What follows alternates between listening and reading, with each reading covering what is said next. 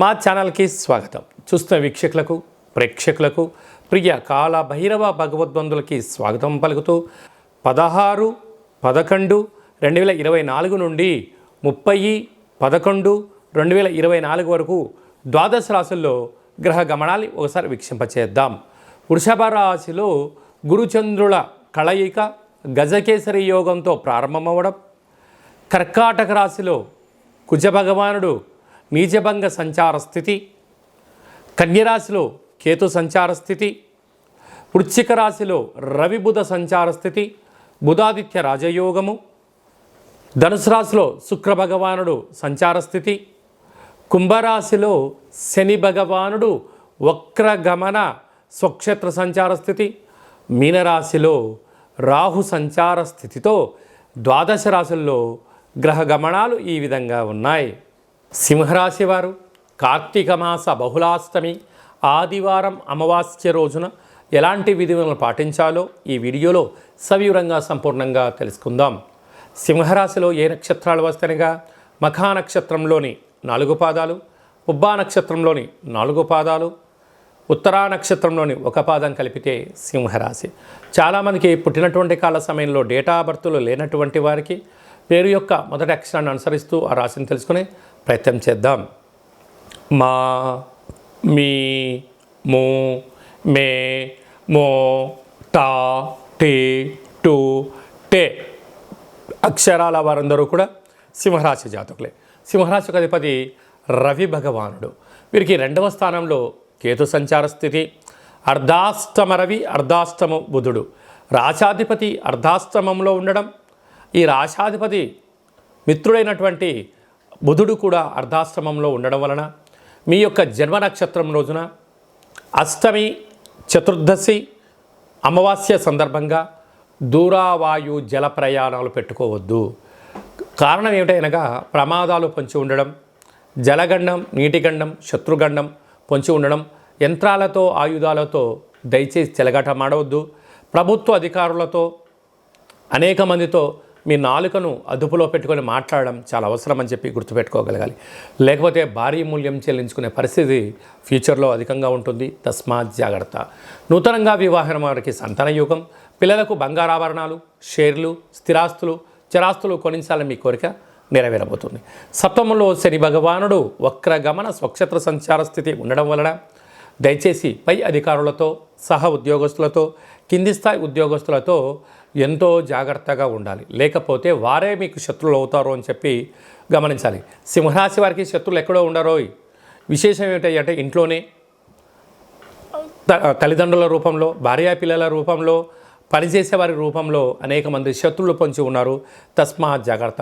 అష్టమంలో రాహు సంచార స్థితి ఉండడం వలన కొన్ని అధిక ఆలోచనలు, అధిక శ్రమ చేయాలి, ఏదో సాధించాలనే కారణం చేత వేలకు తిండి, వేలకు నిద్ర, వేలకు విశ్రాంతి లేని కారణం చేత నరాల బలహీనత అనే వ్యాధి వచ్చే అవకాశాలు ఉన్నాయి.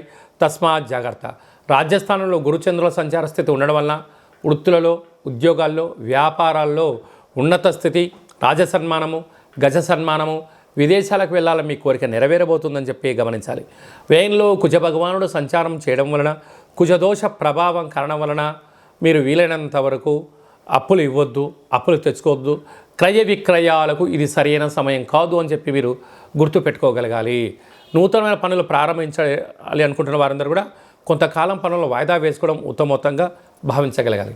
కనుక ఈ అష్టమి రోజున, ఈ ఆదివారం అమావాస్య సందర్భంగా ఒక ఎరుపు క్లాతులో నవధాన్యాలను ఏర్పాటు చేసి అందులో ఈ యొక్క వెన్నతో కలిపినటువంటి దీపాన్ని వెలిగించి మనసారా భగవంతుడికి పూజ చేయడము, వీటిని దానం చేయడం కానీ ప్రవహించే నీటిలో కలపడం వలన రుణ, రోగ, శత్రువులు, అంతర్గతమైన బహిర్గతమైన శత్రువులు తొలగిపోతారని చెప్పి గమనించాలి. ముఖ్యమైనటువంటి పండగల గురించి, తిథుల గురించి సవివరంగా, సంపూర్ణంగా, క్లుప్తంగా తెలుసుకుందాం. 23వ తారీఖున కార్తీక మాస బహుళ అష్టమి శనివారం రోజు సందర్భంగా కాళభైరవ స్వామివారి యొక్క స్వర్ణాకర్షణ కాళభైరవ స్వామి యొక్క ఆశీస్సుల కోసం కూష్మాండ దీపము, పూజ, దానము, సునకపు మహారాజు గారికి, పక్షులకు, పక్షిరాజు అయినటువంటి కాకిరాజ వారికి ఆహారాన్ని దానం చేయడం వలన శని దోషాలు, మృత్యు దోషాలు, అపమృత్యు దోషాలు తొలగిపోతాయని చెప్పి గమనించగలగాలి. 29వ తారీఖున మనకు మాస శివరాత్రి, 30వ తారీఖున శనివారము, అలాగే డిసెంబర్ 1వ తారీఖున ఆదివారం అమావాస్య.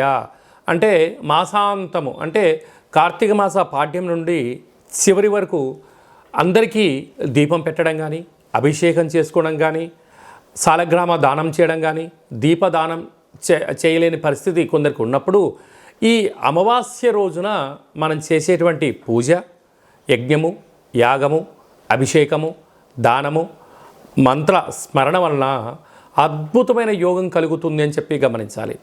అందులో శనివారంతో కూడుకున్న అమావాస్య, ఆదివారం అమావాస్యతో కూడుకున్నటువంటి అమావాస్య, అందులో కార్తీక అమావాస్య అవ్వడం వలన మనం ఏం చేసినా ఏం చేయకపోయినా ఏం చేయగలగాలి అన్నట్లయితే ఇంటినల్లా శుద్ధి పెట్టుకొని, ఇంటికి మామిడాకులు, కొబ్బరాకులు అలంకరించుకొని, బిల్వదళాన్ని తీసుకువచ్చి ఇంట్లో మహాదేవుడికి మట్టితో చేసిన శివలింగానికి కానీ, ఇసుకతో చేసిన శివలింగానికి కానీ, విభూతితో చేసిన శివలింగానికి అభిషేకం చేసుకోవడము మనకు అదృష్టాన్ని, ఐశ్వర్యాన్ని కలిగిస్తుంటుంది.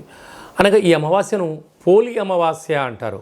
అనగా మనకు ఒక 30-40 ఏళ్ళ కిందట ప్రతి ఇంట్లో కూడా పశువులు ఉండేటువంటివి, అనగా ఆవులు, బర్రెలు ఉండేటువంటి వంటిది.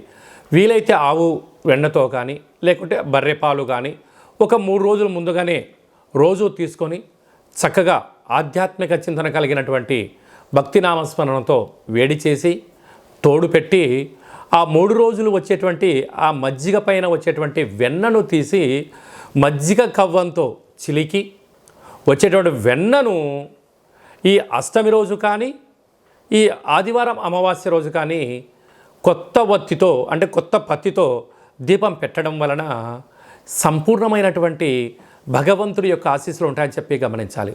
ఎందుకనగా మనము పాలను పంచామృతంగా ఏర్పాటు చేసుకొని మహాదేవుడికి రుద్రాభిషేకం చేసుకుంటూ ఉంటాం.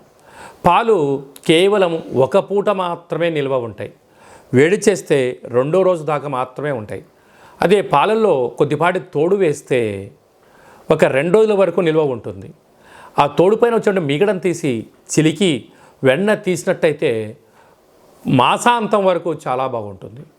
అదే వెన్నను వేడి చేయిస్తే మినిమం ఒక 11 సంవత్సరాలు నిల్వ ఉండడం జరుగుతుందని గమనించాలి. కనుక అలాంటి వెన్నతో దీపం పెట్టడం వలన పుష్కర కాలంలో, అంటే గతంలో 11 ఏళ్ళ నుంచి మనం బాధపడుతున్న వారందరికీ కూడా దోషం తొలగి రాబోయే 12 ఏళ్ళ వరకు ఐశ్వర్యము మన అందరి సొంతమవుతుందని చెప్పి గమనించాలి. కనుక ఈ ఒక్క విధి విధానం పాటిద్దాం, మహాదేవుణ్ణి తృప్తిపరుద్దాం, పోలి అమావాస్య రోజు దీపాన్ని పెడదాం, చేసే ప్రయత్నం చేద్దాం.